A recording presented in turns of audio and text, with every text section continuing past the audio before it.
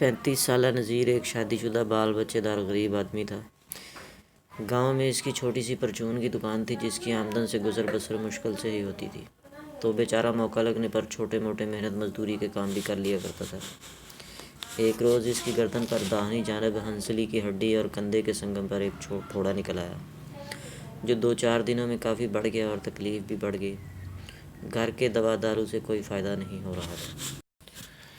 جب پھوڑے کے سائز اور درد میں بہت اضافہ ہو گیا، وہ پھوٹنے کے قریب ہو گیا اور تکلیف بھی ناقابل برداشت ہو گئی، تو وہ وہیں گاؤں کے چھوٹے سے بازار کے ایک کونے پر واقع ایک عطائی ڈاکٹر کے کلینک پر چلا گیا۔ اس وقت تک گاؤں میں نہ کوئی سرکاری ہسپتال یا ڈسپنسری تھی اور نہ ہی کوئی کوالیفائڈ ڈاکٹر، مگر عطائی ڈاکٹر کے ہاتھ میں اللہ نے بڑی شفا رکھی تھی۔ چھوٹے موٹے عام امراض کے علاج کے علاوہ چھوٹی موٹی سرجری بھی کر لیا کرتا تھا۔ آس پاس کے دیہات وغیرہ سے مریض اس کے پاس آیا کرتے تھے۔ کلینک پر خوب رش لگا رہتا تھا۔ یہ بھی چلا گیا۔ ڈاکٹر نے پھوڑے کا بغور معائنہ کرنے کے بعد اسے چیرا لگا کر صاف کیا اور مرہم پٹی کر دی، اور اسے ایک آدھ روز آرام کرنے کا مشورہ دیا، مگر وہ اپنی دکان پر چلا گیا۔ پھوڑے کے زخم میں اب بھی ٹیس اٹھ رہی تھی، جس سے اس کی آنکھیں موند رہی تھیں۔ اسے پتہ ہی نہیں چلا کہ کب اسے نیند آ گئی۔ کسی کے جھنجھوڑنے پر آنکھ کھلی تو ہر طرف ایک دھندلا سا تھا اور سامنے 2 بندے نظر آ رہے تھے۔ اسے جاگا دیکھ کر ایک نے کہا، ہم تمہیں لینے آئے ہیں، ہمارے ساتھ چلو۔ اس نے کہا، بھائی تم کون ہو، کہاں سے آئے ہو اور مجھے کیوں لے جانا چاہتے ہو؟ کہنے لگے، ہمارے سردار نے تمہیں بلایا ہے، تمہیں اسی کے پاس لے جانے آئے ہیں۔ اس نے کہا، میں تمہیں جانتا ہی نہیں تو پھر میں تمہارے ساتھ کیوں چلوں؟ مگر انہوں نے اس کی ایک نہ سنی۔ اسے پکڑ کر کھینچا تو پھوڑے کے زخم میں ٹیسوں کا طوفان برپا ہو گیا۔ وہ چکرا کے رہ گیا اور وہ دونوں نامعلوم اشخاص اسے گھسیٹتے ہوئے اپنے ساتھ لے چلے۔ نذیر پر درد کی شدت سے غشی سی طاری ہو گئی۔ اسے اپنے گرد و پیش کی کچھ خبر نہ تھی کہ اسے کن راستوں سے گزارا جا رہا ہے۔ جاگنے کے بعد سے اس نے کوئی منظر واضح نہیں دیکھا تھا، سوائے ایک دھند سی کے اور ان 2 افراد کی شبیہیں سی۔ اسے پتہ ہی نہیں چلا کہ کب ان دونوں نے اسے بازوؤں سے پکڑ کر ایک جگہ کھڑا کر دیا۔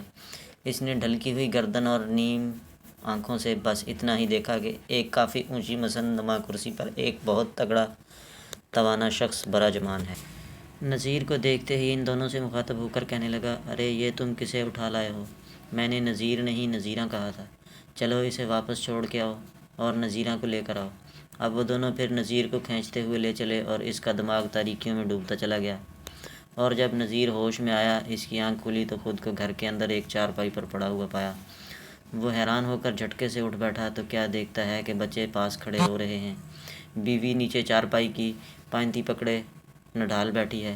کمرے میں کئی لوگ موجود تھے، باہر صحن میں بھی لوگوں کی آوازیں آ رہی تھیں۔ نذیر کو ہوش میں آتے دیکھ کر ایک ہنگامہ مچ گیا۔ اس کی کچھ سمجھ میں نہیں آ رہا تھا کہ یہ ماجرا کیا ہے۔ پوچھنے پر لوگوں نے بتایا کہ تم دکان پر بے ہوش پڑے ہوئے تھے، لوگوں نے تمہیں اس حالت میں دیکھا تو ڈاکٹر اور حکیم دونوں کو بلا لائے۔ تمہاری نہ تو نبض کا پتہ چل رہا تھا اور نہ ہی دل کی دھڑکن کا۔ انہوں نے اعلان کیا کہ نذیر کا آخری وقت آ گیا ہے، اب اسے گھر لے جا کر اللہ سے دعا کرو کہ اس کی مشکل آسان کرے۔ پھر لوگ تمہیں اٹھا کر گھر لے آئے۔ ابھی کچھ ہی دیر پہلے نذیر کسی خیال کے زیر اثر بری طرح چونک اٹھا۔ نذیرہ نامی ایک غریب محنت کش عورت سبھی کے جاننے والوں میں سے تھی۔ اس نے کہا، نذیرہ کا کیا حال ہے؟ ذرا اس کی خیریت تو پتہ کرو۔ کسی نے کہا، وہ بالکل ٹھیک ہے، اسے کیا ہونا ہے؟ دوپہر میں ہی راستے میں ملی تھی، بات ہوئی تھی۔ 1-2 اور نے تائید کی کہ ان کی آج ہی نذیرہ سے ملاقات ہوئی ہے، بالکل بھلی چنگی تھی، کوئی پریشانی کی بات نہیں ہے۔ مگر نذیر بضد رہا کہ نذیرہ کا احوال معلوم کر کے اسے بتایا جائے، اور خبر مل گئی کہ نذیرہ کا انتقال ہو گیا ہے۔ بالکل بھلی چنگی تھی، زمینوں پر کام کر رہی تھی کہ اچانک طبیعت بگڑ گئی اور دیکھتے ہی دیکھتے چٹ پٹ ہو گئی۔ قارئین، یہاں نذیر کو اٹھا لے جانے والے ان 2 بندوں کو نعوذ باللہ فرشتے سمجھنے کا تو سوال ہی پیدا نہیں ہوتا، حالانکہ وہ بھی جسمانی طور پر اپنی دکان پر موجود تھا۔ عینی گواہان کے مطابق وہ وہاں سے غائب نہیں ہوا تھا، بے ہوشی کی حالت میں پڑا ہوا پایا گیا تھا، اور اسی دورانیے میں اسے حالت بیداری والا تجربہ ہوا۔ نذیر نے ساری تکلیف دہ کیفیات کو جسمانی طور پر محسوس بھی کیا تھا اور سہا بھی تھا۔ یہ یقیناً کوئی اور ہی مخلوق تھی، غیر انسانی مخلوق، جس کی کارروائی کے نتیجے میں نذیرہ اپنی جان سے ہاتھ دھو بیٹھی اور بظاہر ایک طبی موت سے ہمکنار ہوئی۔